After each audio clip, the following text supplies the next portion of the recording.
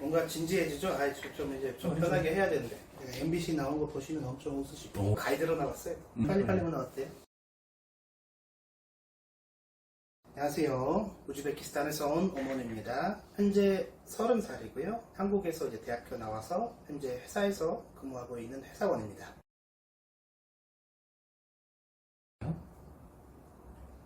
한국 오기 전에는 그 학생이었습니다. 고등학교 졸업하자마자 바로 한국에 왔습니다. 저는 한국에 제 친형을 따라왔어요. 제가 고등학교 1학년이었을 때 제 친형이 여기 일하러 먼저 왔고 여기가 다 괜찮다고 다 추천을 해줘서 3년 뒤에 형을 따라 여기 한국에 오게 되었습니다.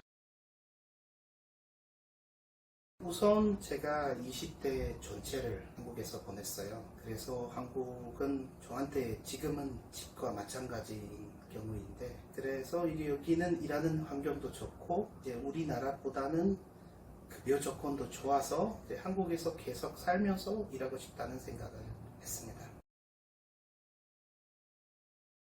이제 요즘 이제 한국 문화와 한류가 세계적으로 유명해지면서 사실 한국에 이제 관심이 많아진 사람들도 많아요. 제 주변에도 한국 K-팝이라든지 배우, 드라마 좋아하시는 분들이 많아서 주변에서는 사실 엄청 좋아하고 부러워하는 사람들까지 많아요. 이제 직접적으로 경험할 수도 있기 때문입니다.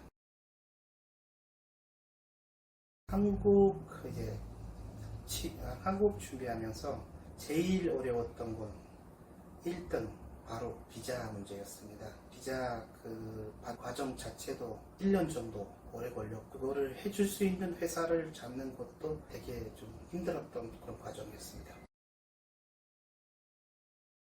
제가 10년 전에 한국에 처음 왔을 때 제 비자가 어학연수 보호비자였어요. 그걸로 이제 6개월 동안 어학당에서 공부하고, 그리고 4년 동안 D2 비자로 학사 과정을 공부를 했고요. 끝나고 1년 동안 취업 준비 비자가 있어요. 구직 비자 D10이라고. 1년 동안 D10을 받으면서 그 이후에 취업할 수 있는 비자 E7으로 옮기고, 지금 현재는 E7 밑단계인 F27 거주 비자 가지고 있습니다.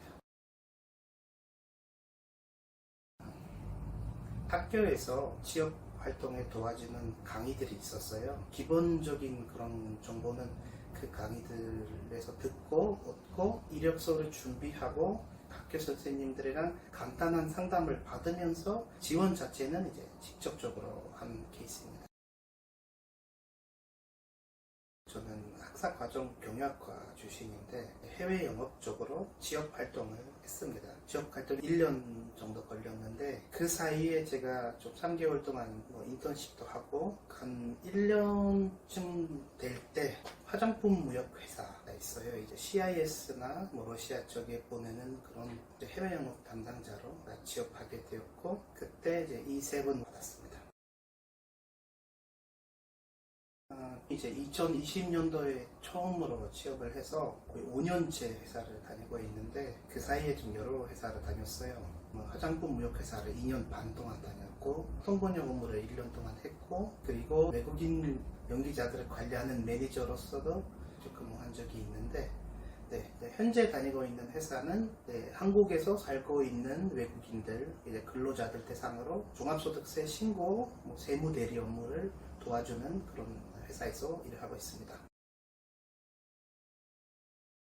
언어적인 거는 자세하게 안 보거든요. 외국인은 언어가 기본으로 되어 있으니까. 대신에 외국인이 다른 문화권에서 온 사람이다 보니까 한국에서 얼마나 할 수 있는지, 한국 문화를 얼마나 잘 이해하는지 그것 위주로 많이 물어보는 것 같아요. 사실 1순위가 한국 문화를 이해하는, 그 다음에 능력이란 그런 스킬들 보고, 세 번째가 언어 능력을 보는 것 같아요. 그래서 이제 요즘 회사들은 되게 그 수평적인 구조로 좀 그런 옛날 한국 문화를 좀 안 따른 회사들도 있지만, 그래도 한국에 있는 회사다 보니까 어느 정도 한국 문화를 이해해야 되는 그런 것들도 분명히 있습니다. 그때 처음에 3개월 동안 잠시 수습 기간, 인턴십 기간 동안 취업으로 이루어지지 않아서 되게 많이 기분이 다운된 상태였는데, 사실 합격하고 정확하게는 비자가 나오고 나서 정말 하늘을 나는 기분이었어요. 한국에 처음 도착했을 때는 우선 뭐 두 가지가 있었는데, 처음에 이제 버스를 타고 학교로 갈 때는 모든 게 다 초록색이었어요. 환경적인 요소죠. 산도 우리나라 산은 뭐 나무 같은 게 없어서, 한국은 모든 게 다 초록색이고 나무들이 있고, 그래서 좀 신기했고, 두 번째는 이제 사람들이랑 얘기하다 보니까 대부분 좀 친절해요. 기본적으로 대부분 이제 친절하다는 게 너무 신기했어요. 이게 제일 중요한 질문인 것 같은데, 한국 음식 다 잘 먹어요. 그 중에서도 뭐 찌개류를 굉장히 좋아해요. 뭐 된장찌개라든지 김치찌개라든지, 그거를 이제 반찬이랑 뭐 같이 해서 먹는 거를 좋아합니다.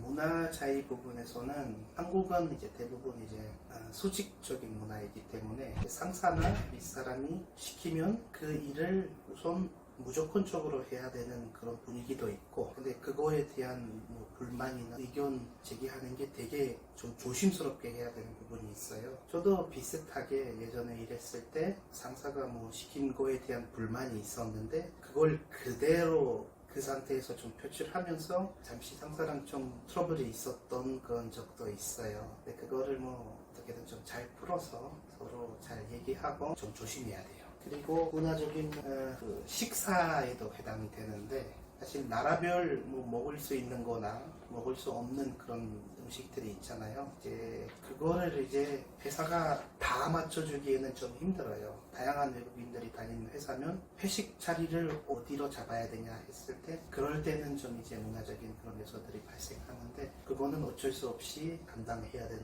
부분이라는 걸 좀 알고 계셨으면 좋겠습니다. 다른 예전에 다녔던 회사 동료들과도 지금까지도 대부분 관계를 유지하면서 계속 연락하고 있어요. 가끔 만나서 밥 먹기도 하고, 저는 인간 관계를 좀 중요하게 생각하기 때문에 웬만하면 이제 인연을 끊지 않고 계속 그럼 유지하는 쪽.